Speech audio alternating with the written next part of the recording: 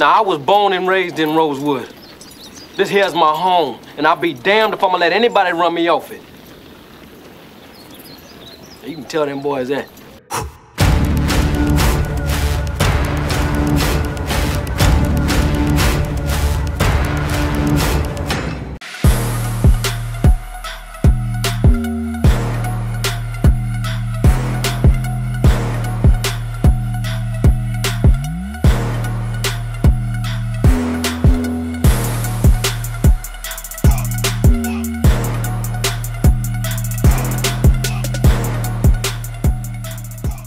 What's up, people? What's up? What's up? It's your homie, your VA homie, Kilowatts 804, favorite up-and-coming YouTuber, coming to you with another classic movie review.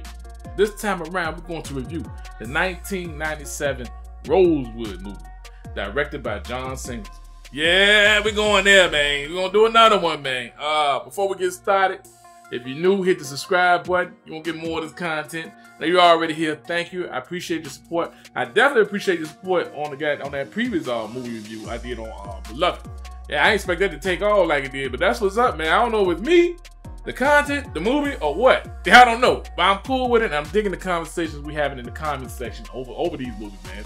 It's interesting to get different people's perspectives on things. So that's what's up. Rosewood. Now this movie is based off real life events. A lot of us know about this movie and this story. It's based in 1923 in Florida, town of Rosewood. A white lynch mob came through. Well, I said white. It's usually I ain't seen no black lynch mobs, but unless you're talking about rap. But a white lynch mob came through and wreaked havoc on a black town, man, over some bull crap, which is usually the case. I know over 20 African Americans got murdered in that incident. Over some bullcrap. Now the report says more, up to 40, you know what I'm saying, which is probably more accurate knowing the way history is told, you know how that is. But that's pretty much what happened. And the writers of this movie decided, you know, I guess we're inspired to make an adaptation of it. You know what I'm saying? Not that the events that played out in the movie are just like what happened in real life. It's nothing like that. Some characters are made up, but still just the same. That's what it's based on. I love this movie. I do. It's one of them rare movies with this type of content that I can watch over. You know what I'm saying? I can watch over. If you have never seen this junk, you know what I'm saying? You might not want to watch my review right now. Because I'm going to get spoilery with this junk. But about all this time, it came out in 1997, dog. If you ain't see it, goddamn, ain't no spoiler. But man, this movie right here, this one of the ones I can sit down and watch because it ain't just a slaughter, because it is some pushback on that white lynch mob. And I love them damn. I love them moments, man. Straight up. That's why I can watch Birth of a Nation. I can watch that over and over, man, because it is some pushback on that bull crap. You goddamn right. As it should be. First character we meet up with, I believe, because I just watched it last night, is the character of Mr. Man. Not the most imaginative name to come up with. Anyway, Mr. Man, played by Ving Rhames. That's my homie. He's pretty much, he's new to the town. He's one of the few that's traveling by horseback. Booker T. What's up, Booker T? That's the name of his horse. But he's coming through the town and he's interested in probably buying some land there. You know, setting up shop or starting a family or whatever. You know what I'm saying? He just going there and he just happened to be in that town, coming to that town. He came at the wrong goddamn time though, man. Then again, he might came at the right. It's good to know what happened so you don't stay up there and buy no damn land. But anyway, he's a stranger, big bald-headed, intimidating type of dude to the weak ones. You know how that is. One of the characters he come across first is the character Scrappy. That's the character played by Kimberly Elise. She's a young school teacher. She fine as hell. She was young as hell that movie, man. I was watching that, y'all. She was young. But she was a little off the bat. She already a little smitten by Mr. Man. Another character I believe he came across, well, I know one was introduced at the beginning of this movie. The character of Mr. Wright. A white guy. He has a store in that neighborhood, predominantly black town. And he sells to them. He's pretty much making money off them. He also getting a little brown sugar on the side. You see that in the mornings, you know what I'm saying? He got a little help in there, black help in there. And they open the scene with him giving it to him. You know what I'm saying? All you see is this flabby white butt in the damn jungle. I say, God damn, you know, somebody this scene just ain't right with me for some reason. I don't know, man. I'm just not with it. I don't know. Something about it. I can't explain it. The character of Sylvester, played by Don Cheadle. Don Cheadle is one of them actors I love. I can look forward to all his work. I love all his movies. Sylvester, he's like a what is his occupation? I'm trying to think of his occupation. But anyway, he has a big family. He's well known in that town, and he don't take no trash. He like me. So I like Ving Rhames' character is like me physically. Don Cheadle character is like me mentally. You put them together, you got me. Killer White, baby. So he has a family. He has a pretty big family.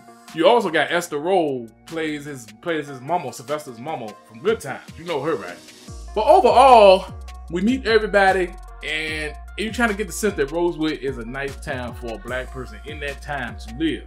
It's all right, despite the little stuff they experience from them white folks in Sumner. It's still a good town. Everybody stay to themselves. They stay united. They have church sessions and stuff like that, where they talk about matters and worship the Lord and all that. So it's a pretty good town, and that's what Mr. Man is picking up on. But the incident that set off a series of horrible events, and I mean horrible. Well, this white girl, I forgot her name. She's in the town of Sumner. She tends to cheat on her man while he's at work. Yeah.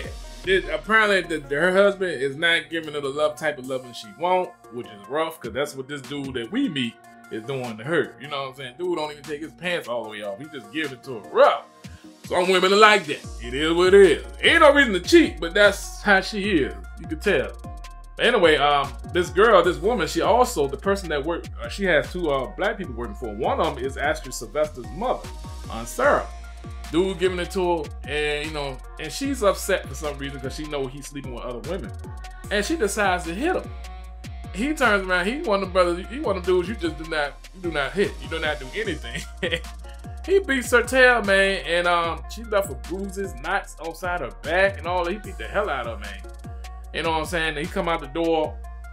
Aunt Sarah take a look at him, and he just look all distraught, and all he know, he need to get the hell up out there. So he gone. But I think her name, what's the girl name? I keep forgetting the girl name. I think her name Fanny. Is it Fanny? Yeah. Y'all double check me on that, man. So anyway, she crying, all distraught in the middle of the road. Everybody looking at her like, what's going on? What's wrong with you, girl? And she said the magic word. She said, it was a that beat me. That's what she said. That's what she put it on black folks, man. I said, damn. And that's all they needed, man. Like, what? Oh, hell no. Did he rape you? Oh, no, not that. He didn't do that. He just beat me and ran off. I'm like, because at this point, when you hear that word for them, they don't need to be they don't need to reason with it or try to understand it. All they want to go with the narrative. If it sounds good to them, it sounds like something they can ride with, they gonna roll with it. Kind of like today, you know what I'm saying? Stuff ain't necessarily true. It just is a narrative you like. That's it. And they roll with it. But even the local sheriff or whatever, he pulled her to the side like, yo, do you know where this can go? Are you telling me the truth? Yes, I'm telling you, it was a no. Not the only matter, but Aunt Sarah looking at the porch like, yo, it's time to turn to my resignation. This girl tripping. She gonna get me killed. Now the sheriff did walk up to Aunt Sarah and say, yo, did you see what happened? It was just him and her. She said, I ain't see a damn thing, sheriff. Cause she already know, man. She wise beyond a year. She older and she know what time it is. If she admitted, if she said, they might kill her just for saying that, man. It'll be her word against this white girl, and you know how that's gonna turn out.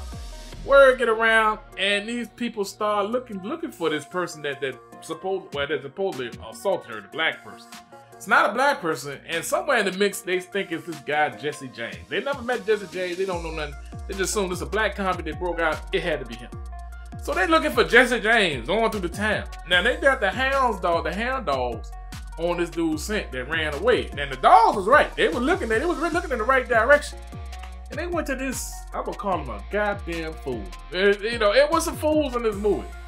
It's young, cause earlier, the young black dude, and the older black dude helped that white guy that beat that girl Fanny. They helped them on a horse, and he booked out of town. That was it. But the dude was like, he held up his ring and he had a mason ring on it. Like, and the black dude like, oh, you's a mason. I'm gonna help. I look at it, I said, you a fool, boy.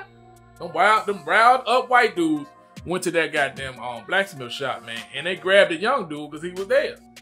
And they questioned him, and they abused him, they beating him up and everything before they even get to them answer. Like, you know who he is. Who is Jesse? Where he at? What Jesse James at? It don't. But at this point, it don't matter. And that's the thing about the events in this movie, man. It's not even about whether it's true or not. It's just about what narrative is gonna make them feel good. What narrative can they swallow? You know what I'm saying? Which one they want to roll with? And at that time, of course, they want to see us as demons, rapists, and all this other stuff. So they're gonna come for us, man. But that's what it is, and that's when they start going into Rosewood, causing havoc, man. Looking for this Jesse. I think it's not Jesse James. I think it's Jesse Hunter.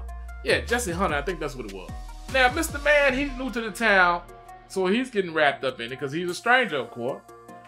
They come by him when he was trying to buy that property. They asked for his identification. He showed his military discharge papers. And they okay, whatever. And they just on the hunt for this guy, man. They looking for him. They all riled up. But things really go left. It's the night. Now they killed the young boy, the blacksmith. They killed the older one, the blacksmith. In fact, Mr. Man is the one that saw them hang goddamn Sam, the older blacksmith. They hung him because he couldn't pinpoint exactly where the guy went. They showed him where the trail ends and they couldn't see nothing, so they killed him, shot him, and hung him. And for Mr. Man to see that, you could tell in his eyes, man, it just hit him like, yo, it's just something to see. So I can't imagine how I feel seeing somebody that looked like me hung right there. You know what I'm saying? I don't, you know.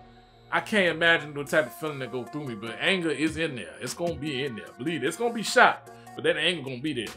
Anyway, Mr. Man, he go get Sylvester, cause they cool now, and they pretty much buddies now somewhat. And he tell him go get the wagon, man. They come over there, and Sylvester see the damn body, man. And Don Cheadle, he played his role. His eyes, his expressions, his demeanor when this stuff happened, he sell it hook, line, and sinker. But it's not hard to sell this role because this is how Don Cheadle would feel if it happened to him in real life, or any of us, you know what I'm saying? It's not hard to play these roles. For me, I know I can play that goddamn role. But to see that, so they got him Sam down, and there's just no stuff about to go left. So they convene in church, and they talking about this mess, man. And the preacher, the pastor, he's like, man, let's get the kids and the women out of here. And which he was right. But Sylvester, he didn't, I don't think, nobody really thought it was going to go the way it went. Nobody. And there's a lesson learned after this little jump, man. But anyway, ultimately, they start eyeing on goddamn Sylvester. What they looking for Mr. Man.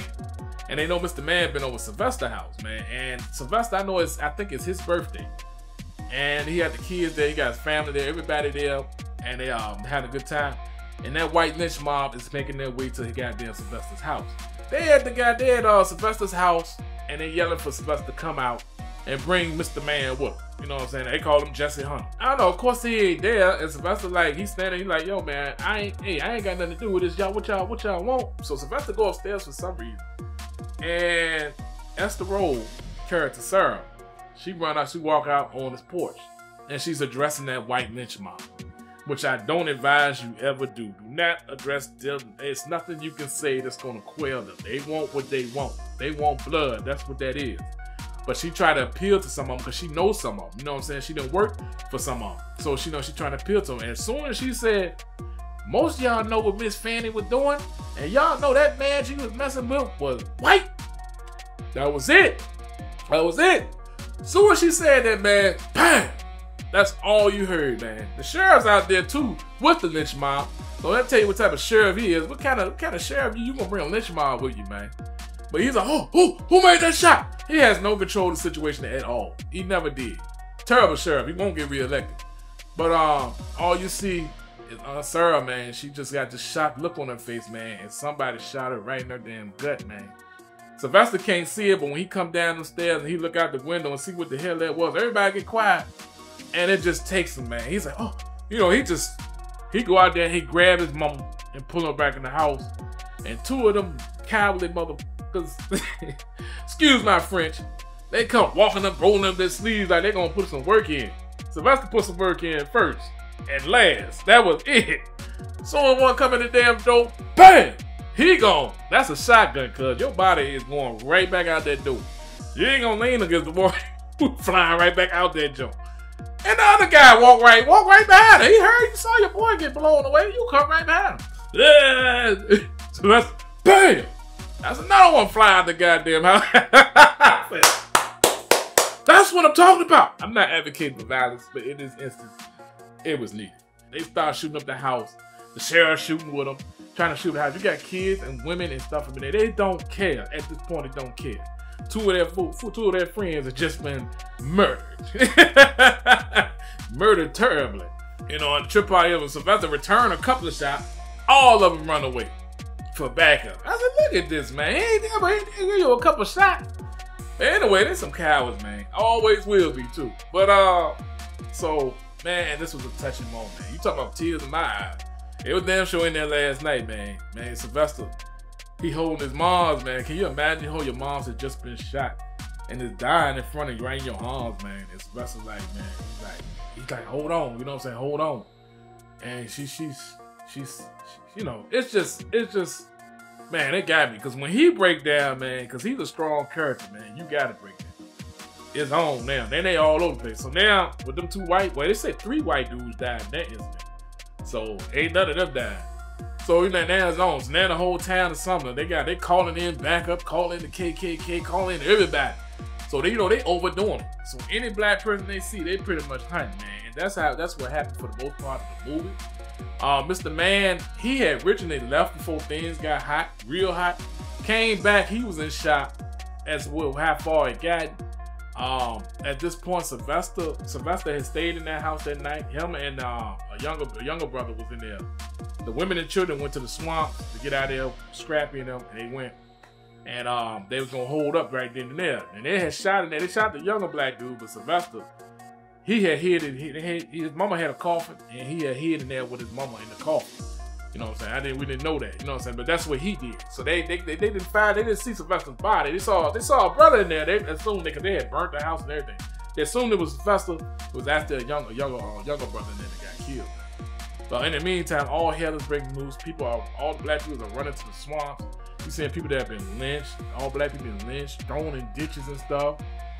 Rape. All this stuff is going on, man. But Mr. White, they call him Mr. Wright. They call him Mr. White in the movie, man. One of the people can call him Mr. White.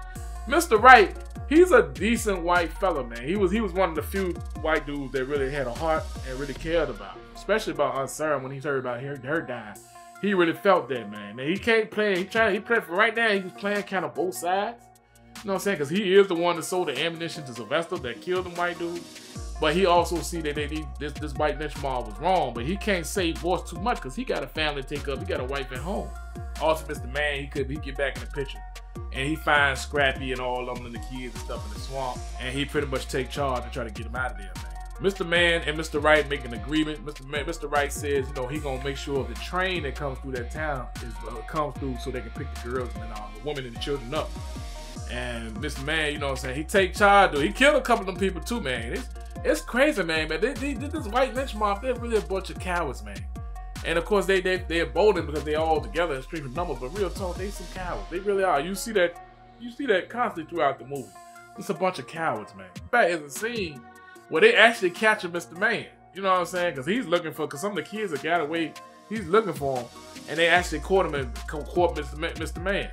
So they got Booker T too. So they put him on Booker T horse. They say he got the rope around him, and Mr. Man ain't saying too much. They like, yeah, we got you, Jesse, huh? Said that ain't my name. You know what I'm saying? What are you talking about? And the sheriff, he go behind Booker T and hit him on the ass. You know the dude innocent, but you killing him. I said, you're not a sheriff. You're not uphold no type of law, man. You terrible. But he kept hitting the horse's ass. The horse is not moving. The horse only listens to Mr. Man. Booker T only listens to Mr. Man. So when they were about to shoot the damn horse, he said, Booker T, go! And you see him hanging on the goddamn rope, man. He's hanging on that joint, and that damn rope was around his neck for a minute, man. But while they was in a damn, I know they got into some type of scuffle or something, and he cut himself down and started running. Booker T right there, he hold him until Booker T go, and they gone, man. I said, damn, you don't see that too often. You get out of hanging. You don't see that too often. He got out that joint. He had a knife in his damn boot. He picked that joint, cut himself down. I was like, damn, he was prepared. I got the feeling this probably happened before to him, so he was prepared this time. Booker T, go! And right now, all we know, we need to get the women and kids. Regardless of what is going on, get the women and kids, because they're not Jesse Hunter. So they, you know what I'm saying, so they going to the nearby town, they're going to do that and get them off there, because you know what I'm saying, that white lynch mob can't follow them to another town. But the train comes, and Ving Rhames' character, Mr. Man, is helping everybody get on that train, this and that. He got a shotgun. Mr. Wright gave him some shotgun ammunition. So Mr. Wright is on board with this, you know what I'm saying? But when they get on the train, man, like I said, Mr. Man, he's helping them. Mr. Wright's on there. And then they all on the train, they getting away, man. But then all the brothers and stuff start running for the train too, try to get on the train. They can't get on it because, you know, they can't go into town with black men on the train. They're not gonna do that. They ain't taking a chance that these women, children can't go through that town. So Mr. Man is helping them, you know, he's knocking them off the train, telling them to get off and all this other stuff. But then you see the white lynch mob coming up behind them, and they shooting the brothers, man. And you can see, goddamn, man, Mr. Man's like, oh, hell no. Boom. Dude, he taking them out, man. You know what I mean? Like, he had a goddamn fair, man. He playing them games, man. He just taking them out with that damn shotgun. Dude. You know what I'm saying? Just taking them out. If they do get away, ultimately they get away. And then that's when we see Booker T. We hear somebody, one of the kids say, yo, is that Booker T? Who on your horse? And now we see Booker T coming through, and you see Sylvester on top of Booker T. You know what I'm saying? I was glad. That's a face I was glad to see after all that, man. Because he one of them type of dudes. You can tell he just keep the peace. He gonna take care of things. You know what I'm saying? His wife was very happy to see him. Everybody was happy to see him, man. But man, this damn movie, but it ended in a good way, man. It really does. It's a terrible event that happened. But I like the way they wrote this movie, whereas you can digest it. You can digest it a little more easily, man. You can. And yeah, you know, it sound hard. If you've never seen it, I know it sounds hard as hell. It is in some respects, but it's also some good in this movie. It's some bright moments in this movie. That's why I can appreciate when the story is told like this. And sometimes you don't want to see a damn slaughter movie. I don't want to see a bunch of black people getting murdered throughout the whole movie, and then we hit the end credits. I don't want to see that. But let's make this a story, because it is a story. Let's make it an actual story. Now, some things went back to normal, man. But I tell you what, you'll never see me in the town of Rosewood. You out your damn mind. I ain't going there. Not today. Not ever. I ain't going down there. Shit might pop off again. I ain't going through that. But anyway, did y'all see Rosewood? What you think about it overall? Are y'all like me, whereas this is more easily to digest than a lot of other type of movies like this? But yeah, but that's it for me. Hopefully somebody requests a happy movie. Yeah, this was a banger. This was a banger, man. But y'all get back to me, man. This is Killer Watts 804. You know what it is. Like, comment, subscribe. Peace.